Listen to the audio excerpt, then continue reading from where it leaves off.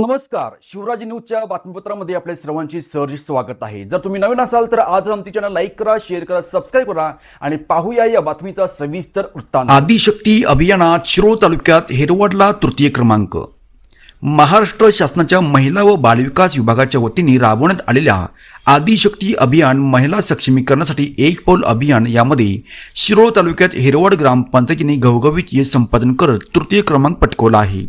गावातील महिला आणि बालकांच्या सबलीकरणासाठी विविध उपक्रम प्रभावीपणे राबवल्याबद्दल गावाला या पुरस्काराने गौरवण्यात आले।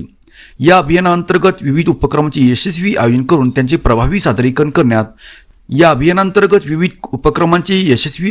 त्यांचे प्रभावी सादरीकरण अभियानाच्या सचिव सौ सरोजिनी बबन माने यांनी केले। अभियानाचा प्रस्ताव तयार करणे व सादरीकरण करण्यात ॲडव्होकेट तातियाना मानेचे योगदान दिले। तसेच संपूर्ण अभियानादरम्यान कार्यक्रमाचे फोटो वार्तांकनासाठी दिलीप शेडोणे सर यांचे अनमोल सहकार्य लाभले।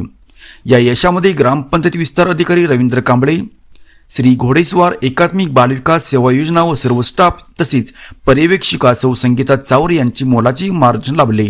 या अभियानाच्या यशासाठी हेरवडचे सरपंच सौ रेखा जाधव, उपसरपंच प्रमोद माळके, ग्रामपंचायत अधिकारी संजय पुकळे, ग्राम महसूल अधिकारी संतोष उपाध्ये यांच्यासह सर्व ग्रामपंचायत सदस्य सौ चंद्रकला पाटील, तत्कालीन संतोष चंद्रकर, गावातील सर्व महिला बचत गट, महिला मंडळी, सहकारी संस्था, अंगणवाडी सेविका, मदत, प्राथमिक आरोग्य उपकेंद्राचे कर्मचारी तसेच कुमार व कन्या विद्या मंदिराचे मुख्याध्यापक आणि शिक्षकवृंद यांनी विशेष परिश्रम घेतले।